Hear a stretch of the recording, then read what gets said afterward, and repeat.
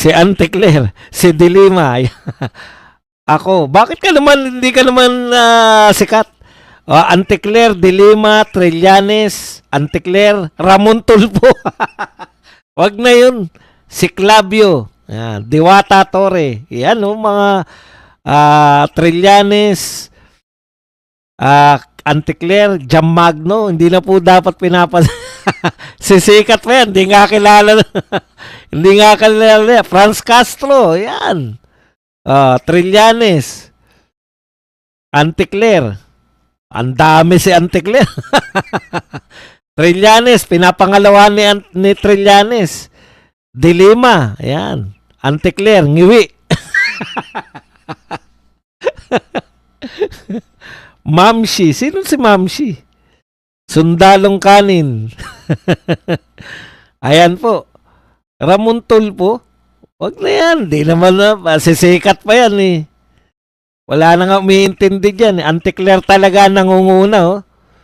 Auntie Claire, tapos pinapangalawa ni Trillanes. Tapos, sino si Mamshi? Hindi ko kilala si Mamshi. Pag mga hindi sikat, pag mga vlogger lang, hindi na po sa mga vlogger. Hindi po papatulan ni BP Sara yung mga vloggers. Oy, 914 na tayo. Likers. Paabutin nyo po na 1,000. Palagay ko, ito si Suntay, sa dami ng galit dito at sa dami na natutuwa. Ito po. NBI. Nagpahayag. Grabe talaga. Notaryo sa apidabit ng 18 sundalo iniimbestigahan umano ng NBI. Ayon kay NBI Director Attorney Melvin Matibag, iniimbestigahan na nila ang notaryo na nagpatibay sa joint affidavit ng 18 dating sundalo na naglabas na mabibigat na alegasyon sa anumanoy mali-maletang pera na iniugnay sa ilang matataas na opisyal ng pamahalaan. Kabilang ang Pangulong Marcos Jr. na siya ring nagtalaga kay Matibag bilang NBI Director. Ang tanong, bakit po yung notaryo ang pinag-iinitan nyo? Pwede po ba mag-request? Pwede po bang ang imbestigahan ninyo yung mga sinabi po ng mga 18 ex-marines? Bakit po? Si Ma'am Lisa. Ma'am pala, Lisa. Kayo naman, di ko na mga alam na Ma'am pala tawag dyan. Kailan ba naging Ma'am yan? Ang alam kong tawag nyo rin, palaka, kung ano-ano. Ngayon, Ma'am na pala. Kala ko, vlogger. Si Lisa pala, yun, dami pala. Kaya pala Ma'am Kaya pala pumapangalawa na overtake na. Na-overtake na ni Lisa sa gustong idemanda. Auntie Claire nangunguna, Ma'am Lisa pala. Pasensya na po, hindi ko alam mga tawag eh. Si Ma'am Lisa, pangalawa. At ikatlo si Trillanes. Ikaapat si Dilima. Yan po ang pasya ng ating mga viewers. Kung merong kakasuhan si BP Sara, ang unang-unang pinakakasuhan ng ating mga viewers ay si Auntie Claire. Pangalawa si Ma'am Yung Ma'am pala ay Lisa. Pangatlo po si Trillanes at ikaapat si Delima. Iyan. Laguna 1st District Representative Ann Matibag, Chairperson of the Women and Gender Equality Committee, request the majority floor leader, si Sandro Marcos, to refer Representative Bong Suntay's inappropriate remarks to the Committee on Ethics. Ethics na naman, lahat ng pro-Duterte na congressman, ipina-ethics nila. Si Libiste, lumayas na lang sa buwisit. Lahat, no? Ginipit nila lahat, no? Grabe tong HOR na to. Ipapa-ethics na naman daw si Bong Suntay dahil sa kanyang komento ng paghanga kay Ann Curtis na anak ni Res Curtis. Ang joke na yan ay atid sa inyo ng Lepogata. Okay, mga walang hiya, Ma'am lahat po ng lahat po ng mga kampi ng Duterte, hindi nga tumitira si Bong Suntay sa inyo eh. Bumoto lang, kaisa-isang bumoto. Ngayon, ipapa-ethics nyo pa. Porket bumoto, laban sa inyo. Lintik kayo. Isa na lang bumoto kay BP Sara, pa-ethics nyo pa. Okay, Boss Bud, si Dilima kasi, walang nagnanasa sa gaya nagnanasa kay Ann Curtis. Ma-open talaga si Laila. Hindi sanay. Sanay kasi siya na siya nanggahabol kahit may asawa. Basic God law nasa Bible. Kung sino ang binaba ay siyang inaangat. Tama po yan. Maraming salamat, Purmans TV. Bakit wala kang sound effect, Kuya Buds? Ngayon, mano-mano, pakpak. Wala tayo sa studio. Sa studio lang yun. Si Badong Aratiles daw, kasuhan. Ang pwede po ikaso sa akin, sobrang gandang lalaki. Bobo M. Adik, Torre de Limao, Trillanes, Blurred Claire, Virus. Mas galit pala kayo kay Auntie Claire, no? Kaysa kay Virus. Grabe, ha? 1.8, tamad mag-like. Ngagiyatay talaga mga kulto. Okay na yan. At least naka 1,000 tayo. Di ba? Regina Ram. Yan. Malinaw kasi, Bad, paliwanag mo para kang si Marcoleta magpaliwanag. Idol natin yan eh. Alam nyo, kasi nanonood siya sa akin. Ngayon siguro wala lang time. Nagnanasa, buwisit. Yan. Crazy. Natawa pati ako na walang nagnanasa kay Dilima.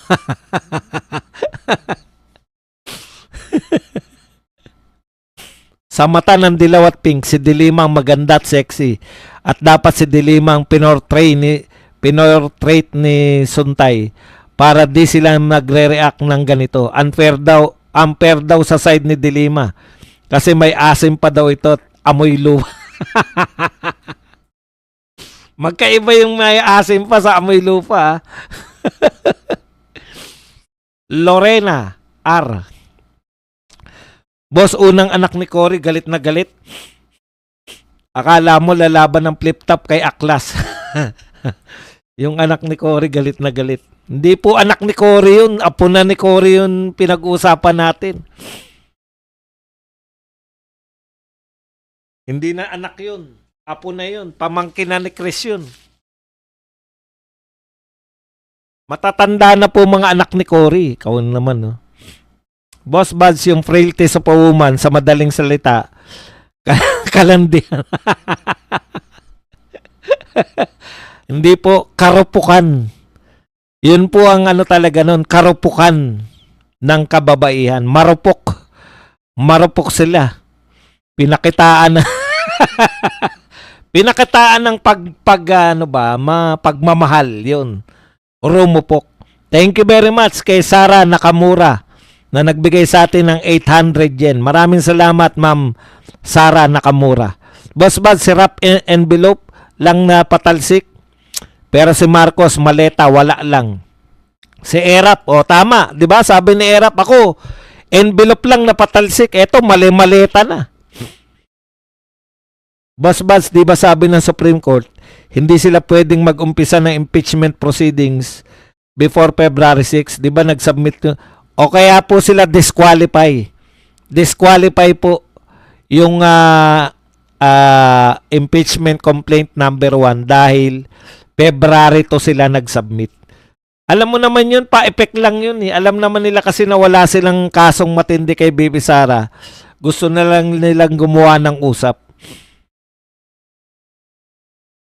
Nung nabanggit ni Kong Suntay si Madriaga kahapon, si Saba agad ang unang nag-react. Halatadong siya ang handler ni Madriaga. Siya lang naman po yung umamin na kumakausap kay Madriaga eh. Siya po talaga yung kumakausap kay Madriaga.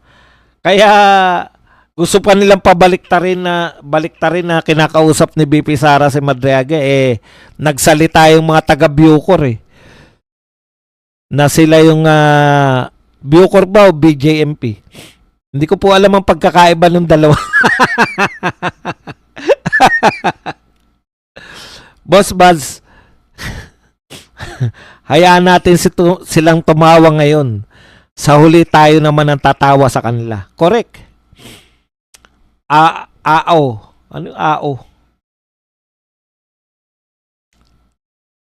Okay. Pasensya na kung nalalagpasan kasi marami tayo ngayon eh.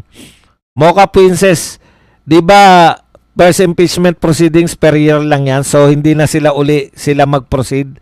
Hindi ma'am. Hindi po ganun. Pinagsama-sama po nila na talakayin. Kasi pasok naman po sa 1 year. Ngayon po, kung may magpapasok po ngayon, hindi na pwede kasi natalakay na to. May maleta din kasi mga sundalo at pulis kaya hindi mapatalsik si Bangag. Pero ang dami po ng pumirma. Yung mga pinapirma nila kasama sila General Pocus, napakarami po, 137. Ang dami na mga dating sundalo, dating mga pulis. Crazy Kadiri naman yan. Uy. Yan. May maleta din kasi mga sundalo yan. I-shoutout muna ako. May work pa ako, Sir Bad. Shoutout sa iyo, Sara Nakamura. Maraming salamat po sa pakape. Yan, maraming salamat, Sara Nakamura. Sa pakape po. Congratulations, Badong Yahoo. Yan, dapat kasuhan si Lacson, obstruction of justice. Boss Bad, si Laila de Lima hindi lang asim, may alat pa. May alat pa po. Good day, Boss Buzz. God bless. Stay safe. Tawanan natin. Ang malupit doon, may panghi pa. Tawanan natin kung paano semplangin ng defense team ni Bibi Sara ang Maleta Gang.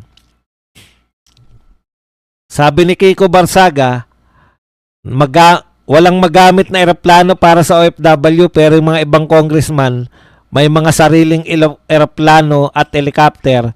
Sarap ipakalmot sa pusa. Bakit po pati anak ni Marcoleta bumoto? Hindi po siya member ng Justice Committee. Pwede po kasing guess eh. Kasi congressman ka, pwede kang sumali sa diskusyon, pero pag hindi ka member, hindi ka boboto. Pwede ka lang makisali sa daldalan, pero hindi ka po boboto. Ganyan din si Marcoleta noon eh. Sumasali lang siya. Bandang uli, ayaw na pagsalitain si Marcoleta eh. Nasa HR pa siya. Naalala ko yun eh. Ayaw na siyang pagsalitain kasi natatabunan sila eh. Top message 2.3. Yan. Kuya, kailan pa iakyat sa Senate yung impeachment ni BP? Matagal pa yan. Mga minimum, mga dalawang buwan bago maiakyat yan. Wala na tayo asahan dyan. Pare-pareho yan. Pero pagdating sa Senado niyan, yan ang magandang bakbakan. Pilipinas, Duterte pa rin. Correct. Ang tatapang na mga retired na i-post nila pangalan nila. Perlita Olar. O nga, ang dami. Ilan na ba Perlita? Sobrang hirap na bang kumuha ng papatol si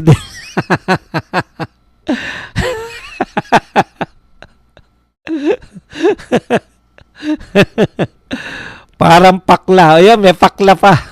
Si Dilima kulang sa dilig, Sir Badong. Dilima, maasim na. Boss Buds, iba na yung may asim, no? Hindi, iba yung may asim pa sa maasim na eh. Yung parang yung napanis na yung kaya maasim. Yung may asim pa, yung pwede pa, di ba? Pero yung maasim na po, iba. Time like this, we must wiser than the serpent, ba? Ang lalim no. Dapat sa mga panahong ito, mas tuso pa tayo sa mga ulupong. Boss Bats, ngayon umamin si Boying, pati si Trillanes. Umamin din ngayon. Wala pa po ako nababalitaan na umamin si Trillanes. Na siya po ay nakikipagkutsabahan sa ICC. Malakas din kayang potassium ng gatas ni De Lima. Kung meron pa kasi mahilig sa mga saba. Nai-imagine ko may gatas mo. Excited na ako sa bloodbath ni BP Sara Duterte. Correct. Ako rin. Excited na tayo lahat. Nako, kawawa po yan. Paano mo ipagtatanggol? Confidential fund, ano kasalanan dun? Antindi, kung nakinig kayo kahapon, ako high blood na high blood eh. Winidraw lang. Kasalanan na pala yung mag-withdraw ka. Boss, nagtataka po talaga ako noon. Ang dali pa ma-impeach ng presidente. Ba't po ngayon pangarang hirap kay BBM? Dahil po yan sa dami ng pera, sinuhol nila o mamamayan ng may depresya na hinahayaan lang nangyari. Aram mo, Ryan Lochte, ang daming pera ngayon. Napakaraming pera at subong-subo na sila. Alam mo yun? Wala silang option eh. Lahat na nakatanggap ng maleta, ang tanging option lang nila. Wala na sila, subo na sila dyan eh. Once na manalo si BP Sara, nagbanta na si BP Sara, yung vice president niya, habulin sila. Oh. Ano pa ang gagawin nila? Itodo na nila ngayon. Sabi nga ni Trillanes, ngayon na, 2026. Ngayon na ang labanan. Late na yan pag 2027. Pag nakalagpas si BP Sara ngayon, wala na sila. Goodbye na sila. Kanya-kanyang takas na yung mga yan. Yan po yun. Iba po to. Iba tong sitwasyon ngayon. Napakaraming pera. Wala pong ganitong korupsyon noon. Kaya lahat nakukorap. Matindi to. Hindi to. Para magkaroon lang kayo na ideya, tanong lang natin kay AI ng automatic, how much money is involved in Estrada impeachment?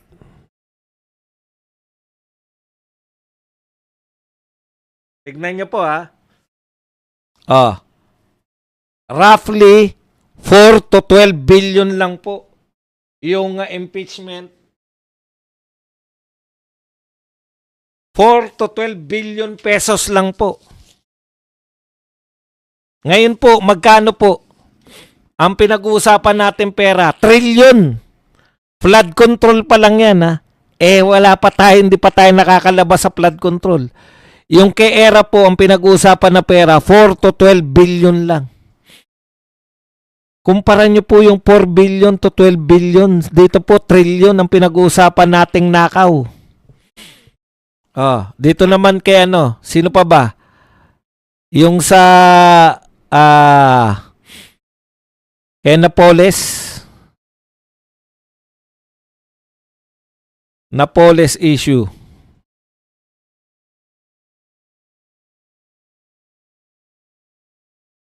Walang estong ko eh. Para magkaroon kayo ng comparison kung masasabi nyo ba na nagbago na yung mga tao.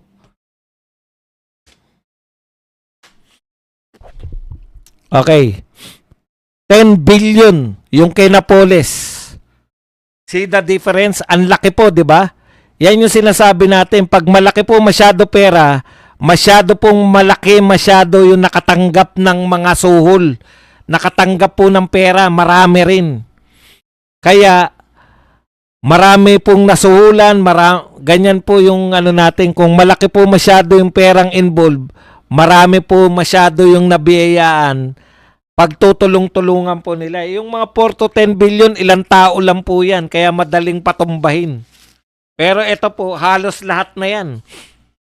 Grabe, runny nose na. Tumutulo na lang kusa yung sipon ko eh.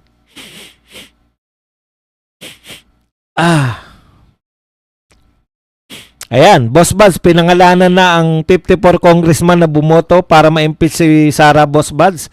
Sana pangalanan mo din. God bless. Opo, ipopost natin yan ipopost ko po sa ating mga Facebook, kahit dito sa YouTube, ipopost po natin.